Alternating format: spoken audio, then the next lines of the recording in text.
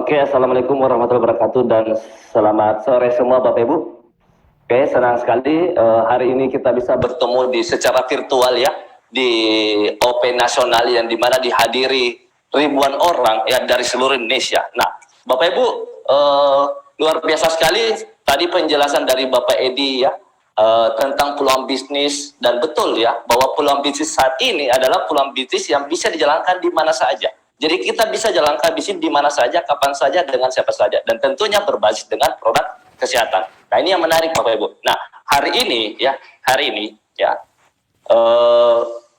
saya bukan bermaksud menggurui Bapak Ibu semua, enggak, tapi hari ini saya sekedar men-sharingkan tentang perjalanan saya.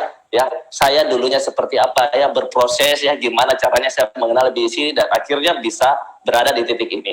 Nah, Bapak Ibu, nah sekarang saya mau tanya, siapa sih di antara Anda yang kepingin sukses? Nah, saya yakin semua di antara Anda itu ingin sukses. Jadi ini adalah pertanyaan yang konyol bisa dikatakan seperti itu. Karena semua orang mau sukses. Tapi coba Anda bayangkan, ya, berapa banyak orang yang betul-betul berhasil. Nah, jadi artinya adalah ucapan ingin berhasil itu tidak menjamin bahwa kita betul-betul bisa berhasil. Betul ya? Nah, berarti Anda harus melakukan sesuatu atau ada peluang yang perlu kita lakukan untuk mewujudkan apa yang menjadi impian kita semuanya. Nah, Bapak Ibu, luar biasa sekali karena saya sekarang ini lagi di rumah, nah, dan seluruh tim-tim kami semuanya yang tadi berbicara ya, ada Pak Rocky Stefan, luar biasa ya, beliau anak muda tapi punya spirit yang luar biasa, ada Pak Sulisno ya, luar biasa, dan MC kita juga ya. Nah, dan Bapak Ibu, menarik ya, karena bisnis ini bisa dijalankan secara virtual. Ya, jadi kemarin ya ada kondisi ya COVID-19 ya, di mana semua orang ya, mengalami penurunan ya, baik penurunan omset, dan saya pribadi juga di awal berpikir, aduh gimana ya, jangan-jangan bisnis saya juga turun di bisnis ini. Nah, akhirnya ya saya nunggu 1 minggu, ternyata luar biasa, bisnis kita justru stabil, dan sekarang di bulan ini justru bisnis kita itu mengalami kenaikan yang luar biasa. Kenapa bisa Bapak Ibu? Karena pertama, kita bergerak di produk kesehatan. Jadi kita bisa menjalankan bisnis ini dengan cara basicnya itu adalah produk kesehatan. Terus yang kedua bisa dijalankan virtual. Nah, ini menariknya. Dan yang ketiga apa? Kita bisa ya, yang ketiga ya, ini penting. Kita bisa mengajak juga beberapa teman kita, membantu mereka yang kena dampak ya, dampak gara-gara virus corona ini. Mungkin ada yang di PHK. Ini yang menariknya. Nah, Bapak Ibu, hari ini saya coba men-sharingkan ya, men-sharingkan tentang proses saya membangun di sini ya. Ya, sabar, saya coba dulu. Oke ya. Nah, Bapak Ibu, hari ini coba Anda bisa lihat ya di slide. Ya. Nah, melihat peluang bisnis di masa krisis ya, melihat peluang di masa krisis. Nah, sekarang ya, kalau kita bisa lihat ya, bahwa sekarang begitu banyak orang di PHK ya, begitu banyak orang di PHK, begitu banyak orang yang mungkin ya tidak di PHK tapi gajinya mengalami penurunan ya, karena dipotong oleh atasan. Karena mau apa lagi? Karena ya bosnya mengalami kerugian. Nah, ini jadi masalah. Nah, akhirnya sekarang orang mulai sadar, mulai berpikir atau mencari bisnis yang bisa dijalankan secara fleksibel. Nah, inilah kenapa bisnis ini menjadi salah satu jalan yang bisa kita tempuh. Saya pun merasakan hal yang sama selama 3 bulan ini ya. Di awal pandemi ini saya merasa agak khawatir di awal. Tapi belakangan luar biasa, ternyata di sini sangat menjanjikan sekali. Bahkan saya pribadi sangat bersyukur kepada Allah Subhanahu wa taala karena diberikan peluang informasi ini.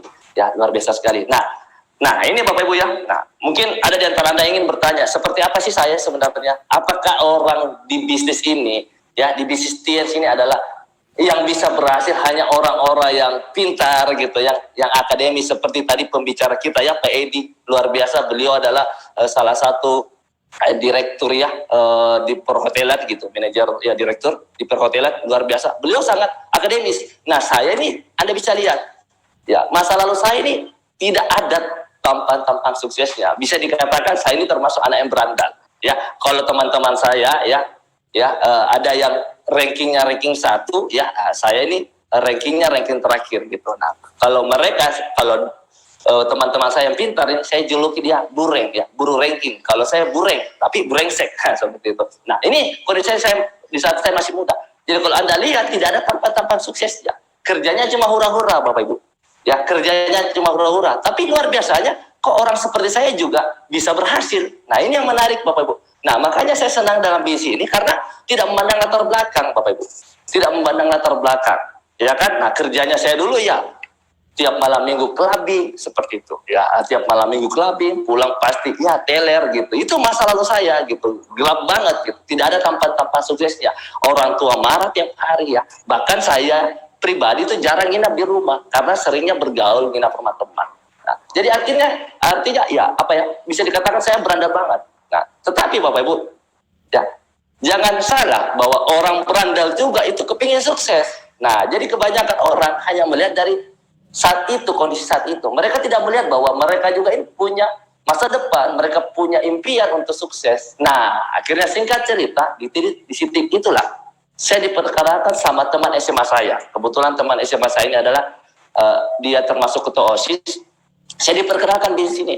Nah, di awal saya diperkenalkan Bapak Ibu, jujur saja saya tidak negatif sedikit pun. Kenapa saya tidak negatif? Karena pertama saya butuh peluang, gitu. Dan saya bersyukur mendapat peluang. Nah, banyak orang ketika diajak bisnis belum apa-apa sudah negatif, ya belum dijelaskan secara detail sudah negatif, pikirannya sudah aneh-aneh. Ya padahal mereka juga butuh peluang. Nah, saya dulu tidak. Ya, saya dulu justru berpikir positif. Diajak, akhirnya satu hari saya diajak, ya besoknya saya sudah langsung bergabung full membership, gitu. Nah, orang tua saya tidak mendukung, ya bapak saya tidak mendukung. Nah, bahkan saya ngotot ngotot minta duit sama orang tua untuk jalankan usaha ini, gitu. Waktu itu saya langsung mengambil paket yang sekelas silver lah seperti itu. Nah, akhirnya Bapak Ibu, sudah saya jalankan usaha ini. Nah, ketika saya jalankan usaha ini, rambut saya masih gondrong nih, celana saya masih robek-robek, ya. Saya jalankan dengan kondisi seperti itu. Nah, tetapi luar biasanya bulan depan, sebulan saya jalankan, bonus saya sudah diangkat 3.900.000. Saya berpikir luar biasa. Baru jalankan 1 bulan, iseng-iseng itu pun belum ada tampang-tampang sukses, tidak ada latar belakang orang yang berhasil, tapi bisa punya penghasilan 3,9. Di situ saya klik. Saya berpikir, baru 1 bulan aja sudah hasil seperti ini. Gimana kalau saya jalankan setahun, 2 tahun, 3 tahun? Disitulah titik balik saya serius menjembangun usaha ini. Disitulah saya merubah penampilan. Mulai lebih rapi, dulunya kan gondrong, mulai lebih rapi lagi, seperti itu. Dulunya clubbing, akhirnya saya tinggalkan semua seperti itu. Akhirnya sedikit demi sedikit perubahan itu terjadi. Nah, ini Bapak Ibu ya. Nah, akhirnya lewat bisnis ini saya bisa mencapai membeli mobil pertama saya dari hasil keringat saya. Ini waktu saya peringkat bintang 7. Nah, mungkin ada di antara Anda mengatakan, aduh Pak Hendra ini terlalu berlebihan, mobil seperti itu dipamer. Ini bukan pamer, tapi ini adalah perubahan. Ya, jadi saya tidak bicara tentang nilai dari pencapaian, bukan, tapi saya melihat proses saya mencapai ini. Ingat, saya orang berandal tapi bisa mencapai ini, gitu. Ini yang menarik. Nah, waktu itu saya masih mahasiswa Bapak Ibu, tapi sudah bisa membeli mobil dari hasil keringat saya sendiri. Nah, ini 1,5 tahun saya jalankan di sini. Nah, jadi kalau mau dipikir ya, teman-teman saya banyak yang naik mobil, ya, tetapi sayangnya mobil dari orang tua. Jadi ini menarik, saya merasa agak bangga karena ini bukan mobil orang tua tapi mobil dari hasil keringat saya sendiri. Yang dimana notabene saya dulu orangnya berandal tapi bisa. Nah, ini perubahannya. Akhirnya saya jalankan lagi Bapak Ibu. Nah,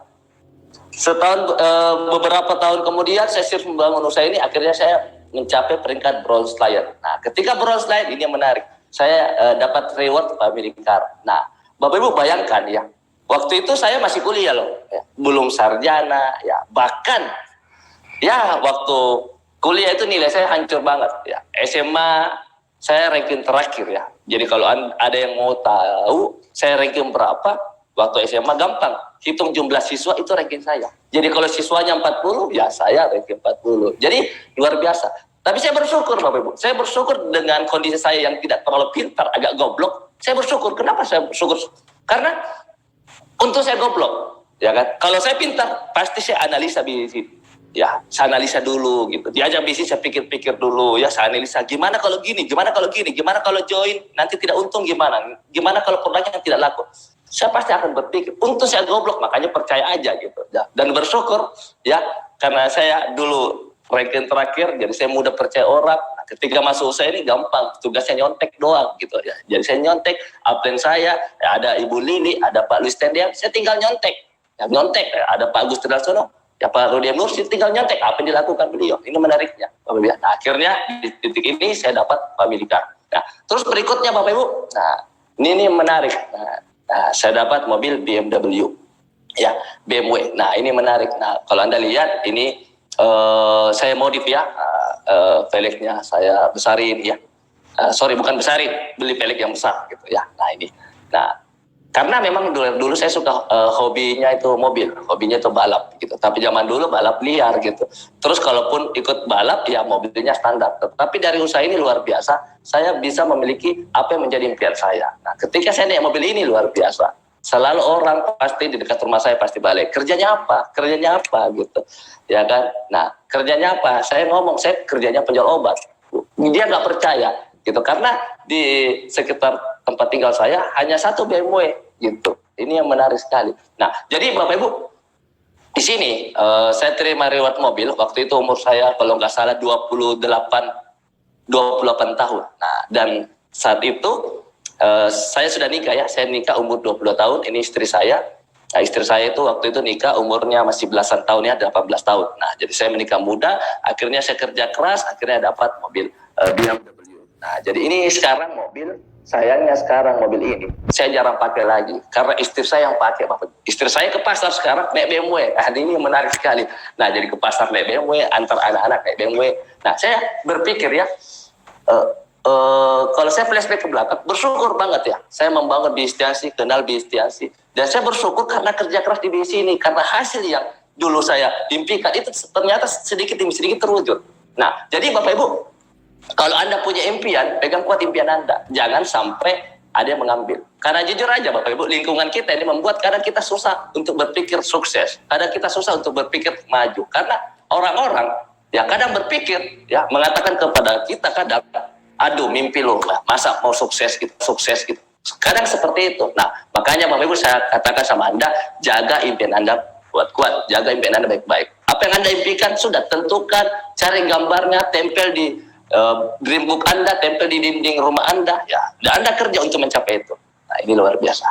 Ya, terus setelah itu Bapak Ibu, nah saya dapat reward lagi kapal, ya, nah ini menarik sekali, ya, kapal pesiar ya, dan ini saya uangkan 22.000 US dollar. Nah, ini menarik sekali. Nah, oke, nah, terus, tentunya keluar negeri. Impian saya Bapak Ibu dari dulu itu kepingin keluar negeri. Nah, ini impian saya ya, dari dulu kepingin keluar negeri. Alhamdulillah dari usaha ini sudah total 34 negara. Jadi banyak banget ya, dari Singapura. Pertama kali keluar negeri Singapura. Ya, pertama kali keluar negeri lewat bis ini ke Singapura. Itu pun saya sudah senang sekali. Kenapa senang? Karena tidak pernah keluar negeri Bapak Ibu. Ya kan? Nah, dan akhirnya terwujud satu-satu. Ini di Singapura ya. Nah, terus Anda bisa lihat ya, Singapura, ya, Turki, Jepang, China. Nah, terus saya pernah juga nih kalau pesiar. Nah, di sini bulan madu. Ya, saya bulan madu. Kenapa saya katakan di sini bulan madu? Karena dulu waktu pacaran itu jarang nongkrong gitu. Waktu pacaran sama istri saya ya, jarang nongkrong gitu. Jarang malam mingguan ya. Bahkan saya tiap hari, tiap minggu itu putus dengan pacar saya yang dimana istri saya sekarang itu putus tiap malam minggu. Kenapa putus? Karena janjian nonton nggak jadi terus. Gara-gara lagi presentasi, ya, lagi pertemuan, ya, lagi urus bisnis gitu. Nah, jadi hampir tiap minggu saya tidak punya waktu untuk pacar saya waktu itu. Ya, tetapi Bapak Ibu, nah, saya bukan tidak punya waktu karena hura-hura enggak, tapi saya membangun bisnis. Nah, akhirnya ya sudah, istri saya juga menikmati kan seperti itu. Akhirnya keluar negeri. Nah, ini menarik, makanya saya katakan sama Anda, bagi Anda yang punya pacar, jangan terlalu mati kiri sama pacar Anda. Jangan terlalu terlalu banyak kasih waktu ke pacar. Mending Anda kerja keras deh. Karena kalau Anda kerja keras, Anda gampang nikahnya, terus gampang menikmati hidupnya. Serius Bapak Ibu. Karena banyak orang itu terlalu banyak menyisihkan waktu untuk pacaran. Dia lupa bahwa mereka harus berjuang untuk ketika mereka sudah nikah gitu. Jadi saya punya prinsip mending ya pacaran ketika sudah nikah. Nah, seperti itu ya. Ketika sudah nikah baru Anda pacaran. Ketika sudah nikah baru kemana pacaran setelah nikah. Itulah Bapak Ibu ya. Nah, terus ini keluar negeri, stadion bola ya. Kalau Anda suka bola, jujur saja saya nggak terlalu suka bola sih ya. Cuma karena diajak keluar negeri ya mau nggak mau ya harus ke stadion bola. Nah ini Anda bisa lihat ya, ada di Barcelona, di Valencia gitu. Ini semuanya gratis dari BCD.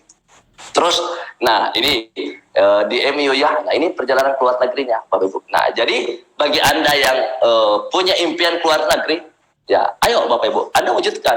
Ya karena apa ya? Percuma dong kita belajar geografi dulu ya, kita belajar ini negara A, negara B, negara C, tapi Anda tidak pernah injakan kaki Anda di sana. Seperti itu. Ya Anda jangan sampai hidup sampai mati, tapi Anda tidak pernah injakan kaki Anda di luar negeri. Nah artinya ngapain Anda belajar geografi? Nah ini menariknya Bapak Ibu ya. Nah, banyak sekali, hampir 34 negara sampai bosan sendiri. Kadang dalam setahun itu bisa 3 kali perjalanan ke luar negeri ya. Kadang One Piece nelpon, halo Pak, siapkan paspor ya. Mau kemana nih? Ini ke luar negeri. Kadang kayak gitu. Halo Pak, siapkan ya paspor ya, ke luar negeri lagi. Kadang setahun 3 kali sampai bosan ke luar negeri, Bapak. Sampai bosan gitu. Ya, tetapi ya luar biasa lah. Itulah bisa saya katakan ya nasib seorang demon gitu ya. Terus ini di Korea Selatan ya, ini saya sama istri lagi ke Korea Selatan ya. Jadi kebayang ya, dulu pacarannya nggak pernah ya, nongkrong pacaran itu nggak pernah, nah, tapi kita pacaran setelah nikah. Ini di Korea Selatan ya, beda ya. Memang kalau keluar negeri itu latar belakangnya itu mempengaruhi. Jadi ketampanan seseorang itu dilihat kalau di foto dari latar belakangnya gitu. Jadi walaupun Anda ganteng, kok latar belakang foto Anda kurang menarik, kayak ya gimana ya, seperti itu. Ya. Nah, terus Bapak Ibu, nah ini rumah pertama saya dari hasil bisnis ini. Waktu itu saya saya beli ketika peringkat bintang 7. Ya, bintang 7. Nah, ini rumah pertama saya, sekarang harganya 1 miliar. Nah, ini luar biasa. Ya. Nah, jadi begitu banyak perubahan, ya, begitu banyak perubahan yang saya alami. Kebayang ya, saya ada brandel ya, kerjanya cuma hura-hura, tapi kok bisa berhasil di Tiansi? Gitu. Karena apa? Kerjanya Tiansi gampang, ya, cuma cerita doang tentang bisnis gitu, ajak doang di seminar online, itu doang kerjanya. Gitu. Itu yang menarik bagi saya. Nah, terus, sedikit demi sedikit. Nah, ini baru-baru 2019 saya membeli rumah yang harganya 3 miliar ya, 3 miliar. Dan menariknya umur saya itu masih umur 32 tahun waktu itu. Ya, istri saya umur berapa ya? 27 tahun waktu itu, sudah salah ya. Nah ini Bapak Ibu, nah ini yang menarik. Nah, ketika mau beli rumah ini ya, tadi pameran ya, semua orang disebut namanya, dipanggil satu-satu, yang Indian kan, ya, yang mau beli kan dipanggil. Nah, ketika nama saya dipanggil, ya Bapak Hendra Saputra, saya ini sudah berdiri di depan dia, gitu. Sudah berdiri di depan itu MC-nya. Kan MC yang panggil. Oke, Pak Hendra Saputra, silakan naik panggung untuk pilih unit ya, untuk pilih nomor berapa ya, unitnya yang mana gitu. Nah, saya sudah di depannya gitu, dengan istri saya di depannya. Terus dia ngomong lagi, halo Pak Hendra Saputra, tolong Pak dipercepat, silakan naik panggung. Padahal saya sudah di depannya loh. Saya bingung, terus saya ngomong, Pak, saya Pak Hendra. Oh, Bapak, oh silakan Pak. Kenapa saya bayar? Kenapa kayak gitu? Karena ini harga rumah ini tersebut adalah termasuk harga yang sangat mahal ya, 3 miliar. Dan dia tidak menyangka bahwa ternyata yang beli rumah ini adalah anak muda. Seperti itu. Luar biasa ya. Nah, ini yang menarik bagi saya. Biasanya kan yang sudah berumur. Ini anak muda Bapak Ibu. Nah, ya ini ya, Anda bisa lihat pemandangannya. Nah, jadi satu persatu impian saya terwujudkan. Nah, terus Bapak Ibu, nah ini yang sementara saya membangun ya TN Center. Jadi kalau Anda bertanya, selama corona ini ngapain Pak? Ya, selama corona ini ngapain? Ya, saya corona itu ya membangun bisnis secara online, terus apalagi membangun TN Center. Nah, saya bingung, teman saya juga heran. Kok ini orang corona bukannya menghemat duit, mengeluarkan duit untuk membangun TN Center? Iya Bapak Ibu, ya, jadi tiap hari yang saya kerjakan adalah bagaimana caranya ini TN Center cepat selesai. Nah, jadi bahkan saya desain sedemikian rupa, saya ikuti keinginan saya. Jadi kalau Anda lihat ya, ini saya sekarang lagi di ruangan kerja saya. Jadi saya desain ruangan kerja saya sedemikian rupa, saya kasih atap, saya kasih jendela yang besar yang bisa diputar, lampunya sedemikian rupa. Karena apa? Ya, saya kepingin seperti ini gitu. Saya kepingin apa yang saya mau, yang saya inginkan, saya ingin wujudkan gitu. Teman saya kadang ngomong, loh, kok ini jendelanya ini berlebihan, terlalu tinggi, terus bisa terputar lagi. Terus saya ngomong, ini kan uang saya gitu. Makanya Bapak Ibu, ayolah, enak banget kalau kita bisa sukses di saat masih muda. Jadi selera kita, impian kita yang dulu ya di saat muda itu tertunda bisa diwujudkan karena kita masih punya penghasilan yang besar dan kita dalam kondisi masih muda. Itu Bapak Ibu ya. Nah ini lagi bangun TN Center ya. Nah ada ruang meetingnya, jadi bahkan ruang meetingnya itu ya saya lihat atap, loh kok atapnya ini biasa banget, aduh kayaknya harus dirubah gitu. Jadi konsep TN Center ini seperti kafe, tetapi menariknya ini adalah TN Center, kerjanya orang presentasi gitu. Bahkan saya kasih yang terbaik, kasih AC 2PK ya, semuanya yang bagus lah, pokoknya TV 50 inci. Kenapa Pak? Karena saya melihat teman saya bangun kafe, kafenya bagus banget, tetapi omsetnya kadang lebih kecil daripada omset kita di bisnis ini. Nah, tapi kafenya bagus banget gitu. Makanya saya berpikir, masa mereka kafenya bagus banget padahal duitnya dikit ya. Nah, di sini hasilnya besar, masa kantornya harus biasa aja gitu Bapak Ibu ya. Nah, ini. Nah, tuh. Jadi Bapak Ibu saya ingin mengatakan kepada Anda bahwa perubahan itu nyata. Ya. Nah, ini di awal saya membangun di sini ya, sedikit demi sedikit ya. Dari yang mobil Vios hitam ya. Kalau Anda lihat mobil Vios hitam ya. Nah, yang ini ya. Ini adalah mobil ketika saya masih kuliah, ya, dari orang tua. Nah, setelah itu saya beli sendiri dari uang keringat saya. Nah banyak akhirnya Fortuner, dapat mobil Fortuner, ini reward dari bisnis ini. Terus BMW. Nah, terakhir adalah mobil Jaguar. Ya, nah ini adalah mobil yang saya beli tahun lalu gitu. Dan ini mobil Bapak Ibu, bukan cuma mahal, pajaknya aja mahal Bapak Ibu. Pajaknya aja itu 20 juta per tahun. Kebayang enggak? Dan saya bayar pajak 20 juta per tahun. Kondisi ini pas bulan ini gitu. Ya, bulan ini pas corona, membangun kantor Tiansi, terus bayar pajak mobil Jaguar 20 juta. Kebayang tidak? Corona lagi. Luar biasa. Makanya Bapak Ibu saya bersyukur sekali berkat Tiansi, ya, dalam kondisi seperti ini kita tetap bisa mewujudkan impian kita. Makanya Bapak Ibu, seandainya saya ingin katakan ya kepada Anda, jangan banyak berpikir deh. Pokoknya sesegera mungkin ayo kita mencari ya. Bagi Anda yang masih muda, masih mahasiswa, mari kita mencari sebuah peluang yang bisa kita jalankan fleksibel dan bisa mendatangkan penghasilan. Bagi Anda yang sudah bekerja, ayo carilah, jangan taruh telur di dalam satu keranjang, karena kalau keranjangnya jatuh ya telurnya bisa pecah, tapi taruhlah telur di beberapa keranjang. Nah itu, nah salah satunya mungkin keranjang yang lain adalah di sini. Nah itu perubahan satu persatu. Dan menariknya Bapak Ibu, bukan cuma saya sendiri yang berhasil, ya, bukan cuma saya sendiri, tapi ada begitu banyak teman-teman saya, sahabat saya, tim saya di sini yang dulunya mungkin ada yang naik motor, mungkin jalan kaki saja, tapi akhirnya bisa mewujudkan impiannya satu persatu. Ini ditampilkan semua mobil bukan karena mau pamer, bukan, ya, yang ngapain mau pamer gitu, bukan mau pamer, tapi ini bukti perjuangan orang yang dalam kondisi minus tapi bisa berhasil. Nah, jadi artinya ini pesan buat kita semua, siapa yang berjuang, dia pasti bisa mendapatkan apa yang diimpikan. Tidak penting latar belakang Anda, mau orang tua Anda susah, mau orang tua Anda miskin, tidak penting, yang penting Anda mau berjuang. Seperti itu Bapak Ibu. Ya, nah, jadi Bapak Ibu, ketika saya ditanya, kenapa sih Pak Hendra bisa semangat gitu? Karena saya punya alasan. Saya punya alasan terkuat. Kenapa saya harus berhasil? Anda mungkin hari ini yang nonton dari seluruh Indonesia, mungkin ini ada dua pertanyaan yang sederhana tapi sangat sulit. Untuk siapa Anda berjuang? Untuk siapa kesuksesan Anda? Jadi kalau Anda sudah temukan alasan Anda, kenapa Anda berjuang? Untuk siapa Anda berjuang? Untuk siapa sukses Anda? Ketika Anda sudah temukan alasan itu, insya Allah apa yang Anda impikan dan Anda siap bekerja keras, bayar harganya, itu akan terwujudkan.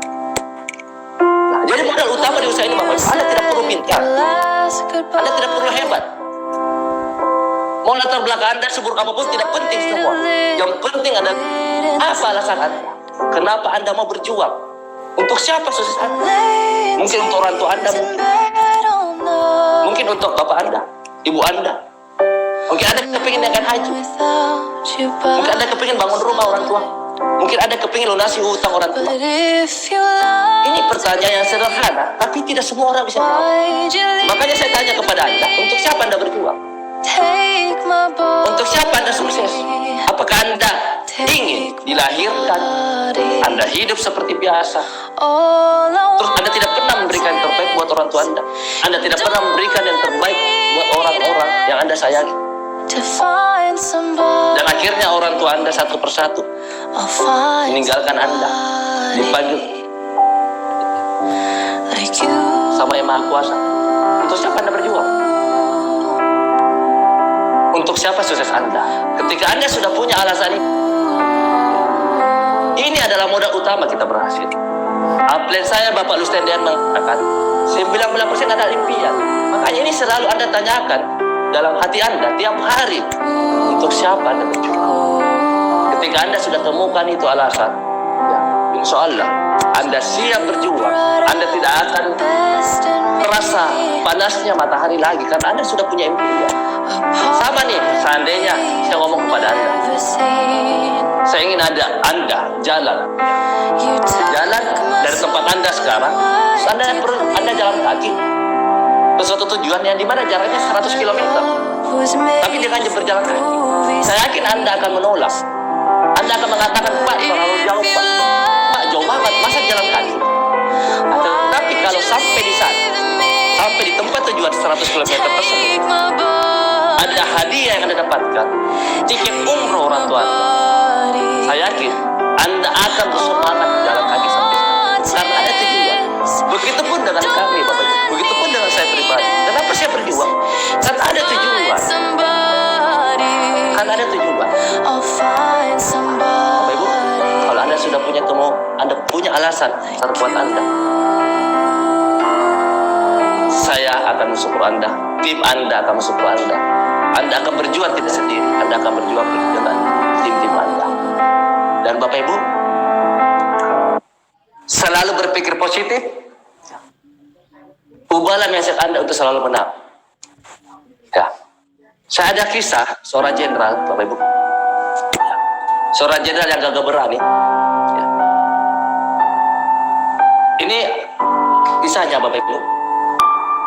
Ya, pada zaman dahulu kala ada seorang jenderal yang gagah berani, memimpin pasukan maju untuk berperang. Di suatu perjalanan menuju medan perang, jenderal tersebut mendapatkan informasi bahwa kekuatan musuh yang akan dihadapinya jauh di atas kekuatan pasukan. Hal ini menyebabkan mental pasukan mulai down, menjadi lemah, dan takut menghadapi pertempuran itu. Jenderal tersebut kemudian berhenti di suatu tempat dan berdoa. Tak lama kemudian jenderal itu maju ke hadapan pasukannya dan berkata, "Prajuritku, sebentar lagi kita akan menghadapi musuh yang sangat kuat. Mari kita berdoa agar kita bisa menang." Dan setelah berdoa, dia mengatakan apa? "Saya akan melempar sekeping uang logam ke atas. Ketika saya lempar dan ketika mendarat, gambar kepala yang keluar, kita akan menang. Tetapi ketika mendarat uang logam tersebut, ternyata ekor yang keluar, kita akan kalah." Dan akhirnya Bapak Ibu, dilemparlah koin tersebut dan yang keluar adalah kepala. Saat itu semua prajurit langsung sangat semangat. Dia mengatakan, "Kita menang, karena yang keluar adalah kepala. Kita menang, kita menang." Akhirnya jenderal tersebut membawa pasukannya ke medan pertempuran dan akhirnya memenangkan pertempuran tersebut.